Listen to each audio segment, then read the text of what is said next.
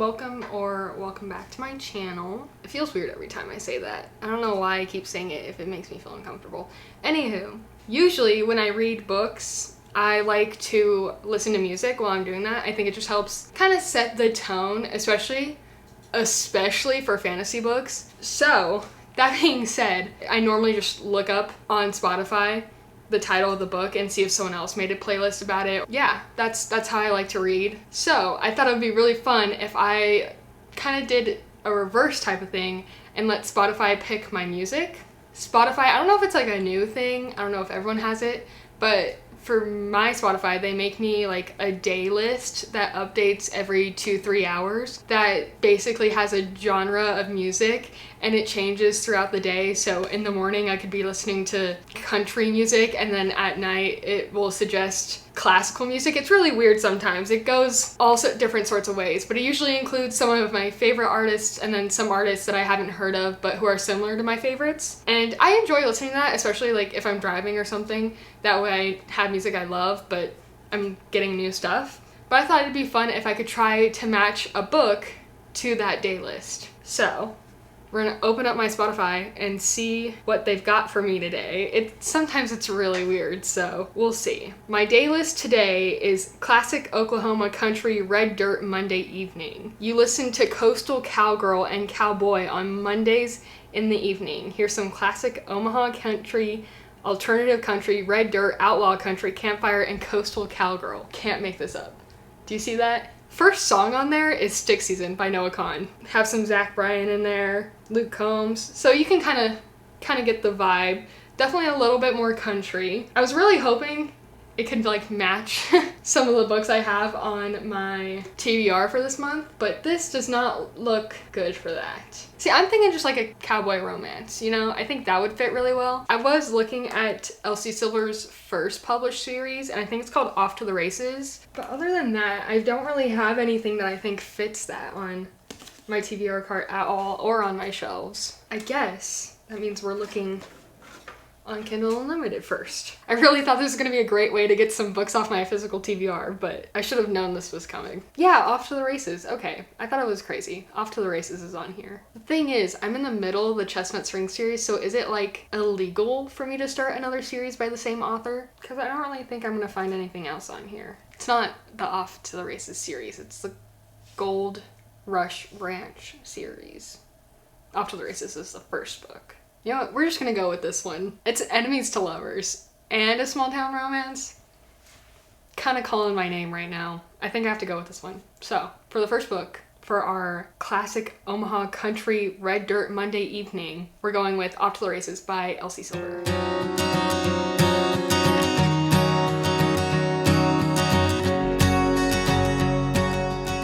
So, I have a little bit of an update on Off to the Races. Let me tell you what it's about first. Vaughn not inherits, but takes over his grandfather's horse racing company, basically, after his grandfather passes, except he kind of leaves it in ruins because the grandfather gets accused of setting up races or whatever. Something that gets him in trouble.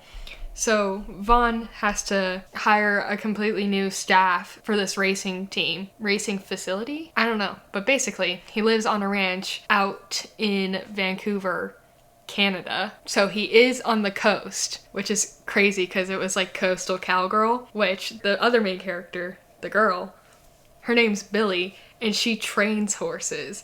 And she gets a job working for Vaughn.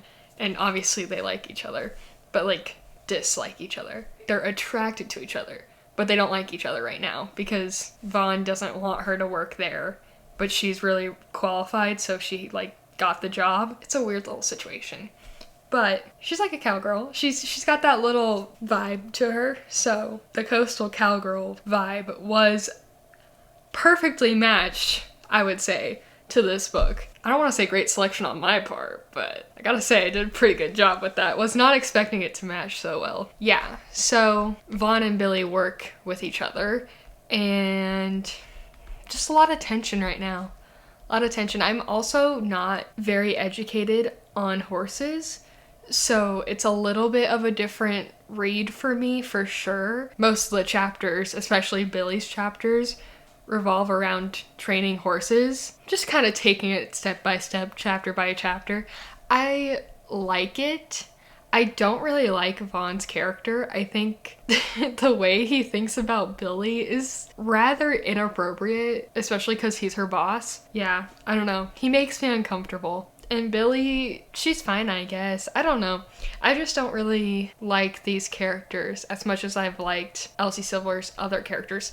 However, I was correct that the characters in the two series overlap between the Gold Rush Ranch and Chestnut Springs, because one of the Eaton sisters, well no, the only Eaton sister, Violet, is in this book. And I'm pretty sure she gets her own book later in this series. So I'm interested to read that for sure, because she gets talked about quite a bit in the Chestnut Springs series. Yeah, that's my update. I mean, I'm not like loving it, but I'm getting through it quick. I think I'm like already at 100 pages right now. Let me check. Yeah, I'm on page 102. And I maybe have been reading this for what? An hour and a half? So quick read for sure. There's like 380 pages. That's a lot of pages. I was not expecting it to be that long. Quick read. Not in love with the characters, especially Vaughn. And just not entirely connecting with the story, but I think that's just on me for not really being interested in horse racing, I guess. I don't know. I wasn't very interested in bull riding, but I really liked Flawless by Elsie Silver, so I don't know. Maybe it's just like a different vibe that I'm picking up. That's my update, and I'm sticking with it. So I finished After the Races, and I was not very into it, I guess. I think I just didn't really like Vaughn's character. He felt like a man-child almost, like he threw a tantrum so often, but then again so did Billy. I don't know, I felt like they were both just not very relatable as characters, so I just didn't really care that much about their story. And also I feel as though the most like exciting parts of the book were rushed through so quickly. Like every time we got to see an actual horse race, it was maybe a page long. Like, I just feel like there could have been more there, you know? And obviously I didn't want it to be, like, too long to the point where I got bored, like, clicking through trying to get to the end to figure out what happens. But at the same time, I could have just used more excitement, build the tension more. I think I'll continue on in the series just because Violet Eaton's story is next, and I'm curious how her story goes, because I read the Chestnut Springs series, and that's her family in that series. You know what I mean? So I'm curious about her story. I just feel like the writing wasn't as good as I was expecting, especially because I love the Chestnut Springs series books so far. So I was expecting more out of that. It did very much match the music vibes though. So that was fun. But yeah, now it is time to pick another book. I literally have been waiting all day for my Spotify daylist to update to something that I can actually like use, because all day it was country music again, except this update at 10:30 at night. Are you ready for this? My daylist is Punk Mall Goth Night. You listen to modern rock and headbanging at night. Here's some punk, mall goth, teen angst, rockish, edgy, and hockey. Really, I don't know how that fits into everything else, but I'll take it. Here it is. So you know that I'm not like lying. So that means we have to find something that kind of fits in that vibe. Which hockey there at the end, kind of coming in clutch, because I could choose a hockey romance. Granted, that doesn't really give mall goth punk. It could if I found the right characters. I also could do a young adult to get that teen angst part in there. So we're gonna have to do some research, which means I'm gonna have to cut out so much of this clip so you're not sitting here in silence. But my immediate thought was starting one of Elle Kennedy's hockey romance series. I was probably gonna start with I think it's the Off-Campus series, and the first one's called The Deal, and it's on Kindle Unlimited. So I could do that one to like get that hockey, but like I said, I don't know if it's gonna really give that mall goth punky vibe. I don't know if they're teenagers either, because you know, in college I was a teenager for most of my college experience, for half of it, so they're still teen. They can have teen angst. I don't even know if there's any young adult hockey romances. Maybe I should look that up. Why is the first thing that popped up Icebreaker? Icebreaker's not young adult. That's crazy. Best teen and young adult hockey fiction. Okay, we might have a possibility. Icing Hearts, a young adult hockey romance by J.J. Wright. It's on Kindle Unlimited. The sunshine girl with a dark secret never dreamed the grumpy hockey star could love her back, especially after he's loathed her for years. The main male character's name is Victory. I didn't set out for this to be like a Kindle Unlimited books only, but it might turn out that way at this rate. That hockey is just so random, and I'm like so hung up on that. I have to do something hockey related. I don't know what one to do. The Icing Hearts one might be a little bit more punky Molgoth because he's a grumpy hockey star. One of the reviews for Icing Hearts says, so many feelings, so much angst. I feel like I'm gonna have to pick this one now because it says angst in one of the reviews, so I have to. Yeah, the next book that we're gonna read is Icing Hearts by J.J. Wright, which I literally have never heard of this book before. Gonna click borrow on Kindle Unlimited and get started on that one.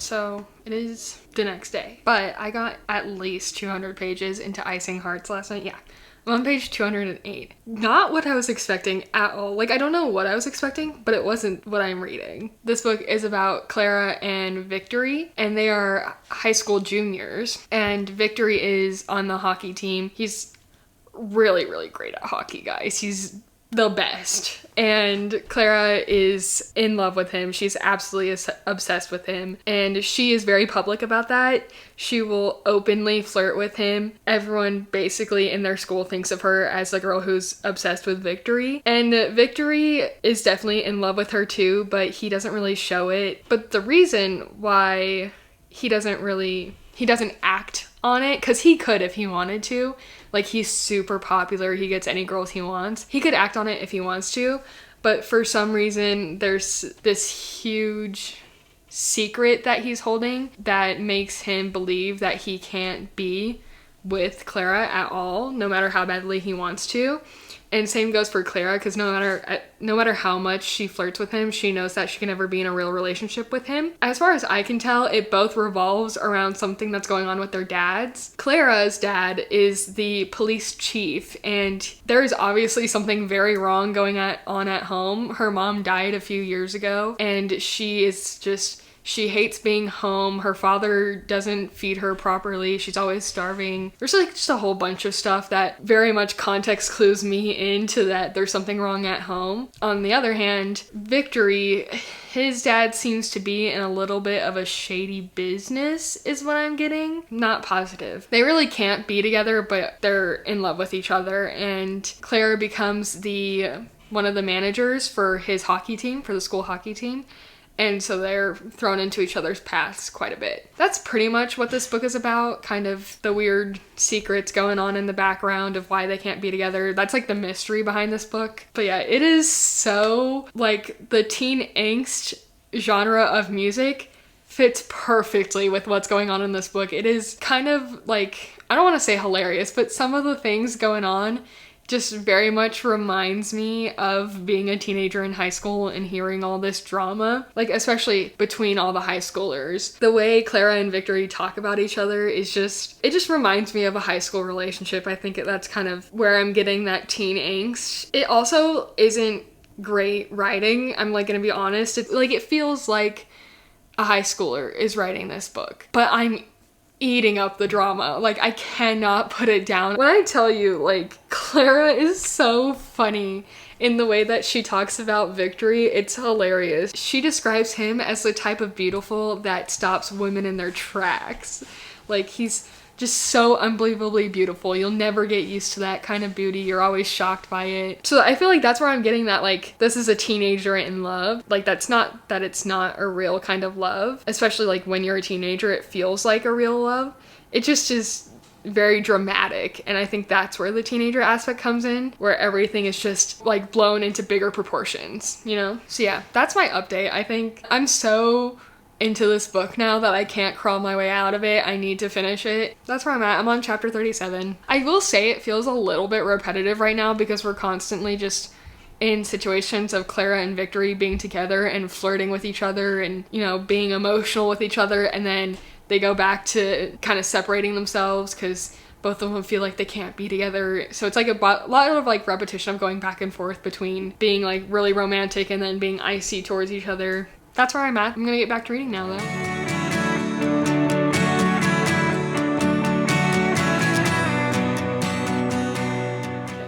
I know it probably looks like no time has passed, but it's like quite a bit of hours later, and I finished Icing Hearts. I read the trigger warnings at the beginning of the book, and I got like halfway through their book, and I wasn't really seeing any of those. That second half of the book, brutal. Check the trigger warnings. If you want to read that book, check the trigger warnings. I was warned, and I didn't take the warning as seriously as I should have. But besides that, I was a little underwhelmed with the ending, I think. Clara lost a lot of her personality that I felt like she had through the beginning of the book. And obviously there was a lot of factors causing that, I guess. But I felt like it never fully returned by the end. Like, she was just very quippy at the beginning of the book, and then by the end, like, felt like I was missing that. The ending also, it had 5 different epilogues, and one of them was from a totally different like brand new character's perspective. Kind of wild. Like, I appreciated getting to see that far into their future because it literally went from the end to, I think it said like 85 years later or something. So I appreciate getting to see that far in the future. Did I need it? Probably not. But that being said, overall, not a bad book. I was honestly expecting a lot worse. So I'm very happy. I would say I enjoyed it. I mean, I didn't love it, but it was definitely a lot going on. The hockey, by the way, totally not as prevalent in the plot as I thought it would be. It makes a return near the end, but they kind of fly past most of the hockey scenes. Also, don't know if I mentioned this either, but it's still point of view, so we could see Victory and Clara's point of views, which I actually really liked Victory's point of view. I don't even know where I stand on a rating for this one yet, because I liked it more than I was expecting, so that like pushes me towards a higher rating, but I don't think that it really needs that high of a rating. I don't know. That's for future Morgan to decide. She can decide later. But that does mean we're on to the last book for this video, which means we have to check my Spotify, which I already have pulled open. So today's day list. Main character coming of age, Tuesday late night. You listen to Manifesting and Cheerful on Tuesdays in the late night. Here's some main character coming of age, happy, indie, serotonin, film, feels, and quirky. So coming of age to me is a little bit more young adult / new adult. Main character could be anything. Serotonin and like film feels is leading me towards more rom-com-y type vibes, which I definitely kind of need after dark themes that Icing Hearts had. I'm thinking try to go for a young adult rom-com type vibe. So I'm gonna go grab my TBR for this month and see what we can find. There's a lot more books than I thought there would be. Okay, this is this month's TBR. Quite a few of these can go. Oh! Okay, where was I? I think I need to find all the young adult ones first. Sorry, I need to take that. Okay, we're gonna find all the young adult ones first. Legendary is young adult. Michael Vey is young adult. This isn't young adult, but this is new adult, right? They're in college. Never mind, I don't think they're that young. She's a PhD candidate. That means they're older, right? Because I was gonna say, this is giving rom-com. Okay, yeah, I don't know how old they are. This is young adult though. So we have 3 options. I'm gonna take these out because these aren't giving serotonin. So I think that leaves me with Rivals, which is the Third American Royals book by Katharine McGee. Now, is this really like fitting for this? Probably not, but I need to get books on my physical TBR done, and I don't really feel like finding a book on Kindle Unlimited right now anyways. So we're just gonna go with this. Granted, it doesn't sound very cheerful because they're Rivals, but I'm hoping by the end of this, they're not. Yeah, I'm just gonna go with this. This one feels the most, not rom-com-y, but coming of age, light. I feel like that's mainly just the cover.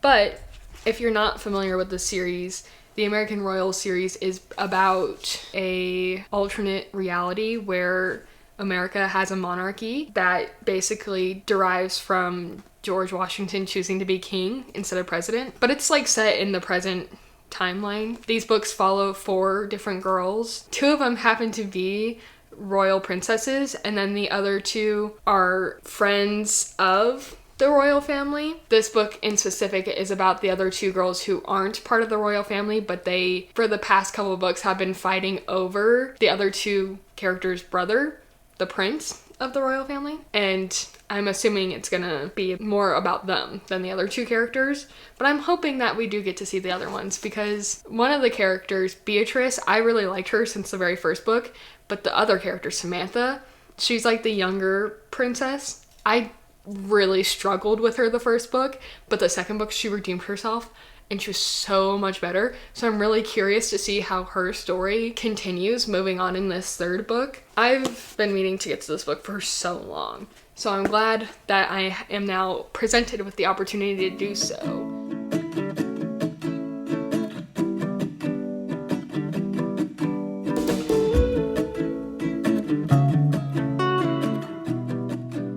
So I am here with an update on Rivals. I'm 234 pages in, and there's almost 400 pages in this book. I can't really tell you what it's about, because if I literally mention any of the 4 plot lines, it would totally spoil the first 2 books in the series. So I'm just gonna give you some of my thoughts, I guess. I think I'm liking this book not as much as I liked the last one. I think the last one I really liked all the different characters and where they were going within their own individual stories, but this one, everything is getting so messy and muddled up, and I'm just getting so frustrated. Basically, there's a new character introduced, and she's beyond obnoxious, and so 2 of the girls in this book are working to kind of take her down, and they're just making the dumbest decisions in order to get, like, payback against this other girl. I know I'm not explaining it very well, but I'm just so frustrated with the decisions they're making, and it's not necessarily that it's not in character, and I'm glad to see these 2 girls working together, like especially after all the turmoil that's happened between them in the previous 2 books. I'm glad to see them working together, but one of them is just being so dumb and risking a lot just to get, I know why she's doing it, like she has a valid reason to do it, but she's not doing it in the smartest way possible.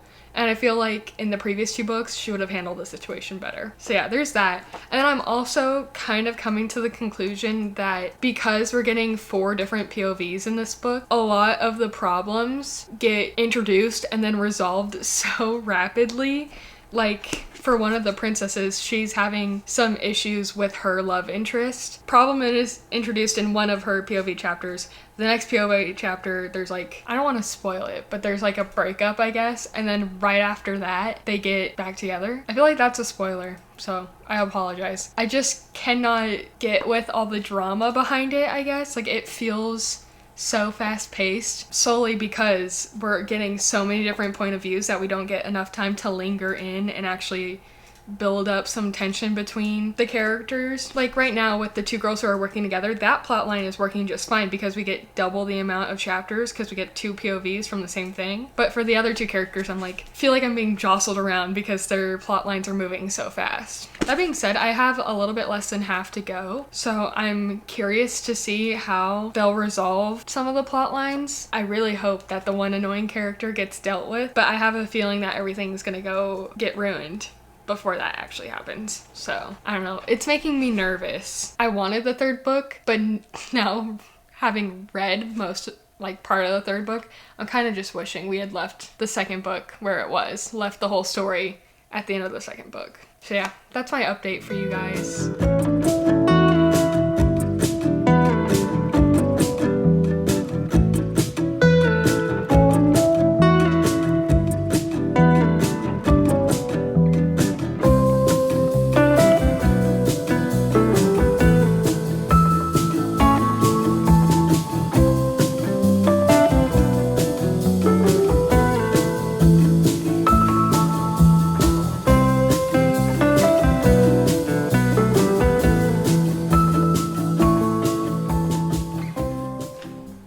So I stayed up pretty late to finish Rivals. What was this ending? Can someone please tell me why she felt the need to have the ending be what it was? That was ridiculous. Like, I knew some of what was coming, like I could guess what was gonna happen, but one thing happened at the end, I was like, to my favorite character too. I think I liked this one. I didn't like it as much as the other two books, but I feel like I've already told you guys that. Because we have so many different POVs and we're going through each individual person's plot line, it feels like I'm being pulled back and forth quite a bit. And I feel like this series could have really benefited from having one book be about an entire person's story, you know? But like, I know they couldn't really have done that because there are some interconnecting plot lines that affect multiple characters, so you kind of need to have the different point of views. But I feel like Samantha and Beatrice's point of views could have been their own separate story,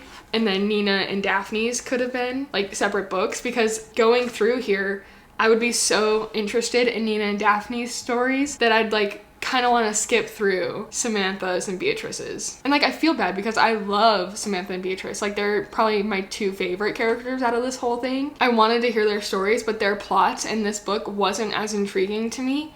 And I feel like it would have been more interesting if we got to see their plot lines completely uninterrupted by the other plot line that was going on between Nina and Daphne. Also, I hope that we can all agree that Prince Jefferson is the worst character in this whole series. Like, the fact that he thinks that he can just hop between Nina and Daphne with no regard for their feelings is the worst. And they try to make him seem like a good guy by the end of this book, and I'm like, no. Because he still is doing it. His actions at the end of this book was frustrating. But then again, the whole end was just, I don't even know where my thoughts are surrounding that. I don't like what happened. It still made the story interesting. Like, if that didn't happen, I don't think I would have been as interested in the book or reading the next book, I guess. But now I have to read the next book to know what happens to my favorite character. So it is what it is. But that being said, it is time for our wrap up. So we started this video with Coastal Cowgirl Country Day List from Spotify. For that playlist, I picked out Off to the Races, and I think that was a great pick. I didn't know it going into the book, but they were based in Vancouver, Canada, which is on the West Coast. So it was very much giving like coastal ranch vibes, stuff like that. So it was a good pick, I think, for that. However, I did not love the story. I think that Vaughn was just one of my least favorite main characters ever. He just thought so inappropriately of Billy and acted on those things as he was her boss. It was very uncomfortable. And normally I don't mind a coworker romance or like office romance, but this one was just really, I think, there's just like no respect for each other. And I think that's where I have an issue with it, is like if the characters don't respect each other and they treat each other like that in their place of work, I don't like it. I will say, like, the tension, great in that book. The tension between the two characters, I felt it, they felt it, I'm pretty sure even their horse felt it. I think that's kind of where I landed on that book. I will be continuing on in the Gold Rush Ranch series. That way I could read Violet's story, but if it weren't for Violet, I don't know if I'd be continuing on in the series. And then the second playlist that we got was teen angst, mall goth, punk. I know hockey was in there because that literally was like a bell in my head that told me I needed to read a hockey romance, which I did. I read Icing Hearts by, I think it's J.J. Wright, and that was an interesting read. I have never heard of that book before. Haven't seen anyone review it or anything, and I just found it on Kindle Unlimited. Again, I think that was a great pick to match the playlist. The teen angst and like the punkish type vibes, immaculate in that book. Victory is definitely, he's got a little bit of that like angsty vibe to him, and it was a solid read, to be honest. I wasn't expecting a lot going into it. I was kind of nervous, but it was surprisingly pretty solid. I think that it was fast paced and it kept me pretty entertained. I don't even think I said my rating for Off to the Races, which was, I think I'm gonna give it 3 stars, but Icing Hearts, I think I'd give like 3.5, but it definitely wasn't like the best book I ever read, but it was surprising how much I enjoyed it for me. So that's why I'm giving it like a 3.5, probably leaning closer to the 3-star range. Like, I wasn't totally blown away by it. The last playlist that we had was main character, serotonin, happy, I think feels was another word that they used. Oh, coming of age was also one of the terms that they used in that day list. And I think this matched very well. Who is more main character than royalty? They are the main characters, you know? So I thought that fit really well, and I think coming of age fit really well. And there was one quote in here that I tagged because it felt like a perfect quote to show this the coming of age that we see in this book. And it says, maybe growing up meant letting go of the desires that no longer fit you and discovering new ones buried in layers of yourself that you hadn't known existed. I guess I could say I was a little disappointed by this read. I just think it could have done with 2 separate books and I would have probably enjoyed it more. That being said though, I still really liked this. I know I'm like saying all the negative things that I can at the moment, but I did enjoy this. I thought there were some really great quotes in here, and it was really great seeing Beatrice really thrive the role in her family that she currently holds, which I can't tell you because it'd be a spoiler if you hadn't read the rest of the series, but I thought she was really growing into herself in this book. Just know that it wasn't as bad as I'm making it out to be. I'm giving this one also a 3.5 stars, bordering closer to the 4-star. So I guess in conclusion, Spotify did a decent job picking out my reads. I think this whole video concept was actually really fun, and I'd probably do it again. So that being said, if you use Spotify and you have the daylist feature, let me know what the craziest Spotify daylist you ever had was. I think my craziest has been Divorced Dad Rock. Don't know where that came from, but it was funny. If you don't have Spotify, then let me know if you've read any of these books and what your thoughts are on them. But yeah, thanks so much for watching, and I will see you in the next video. Bye!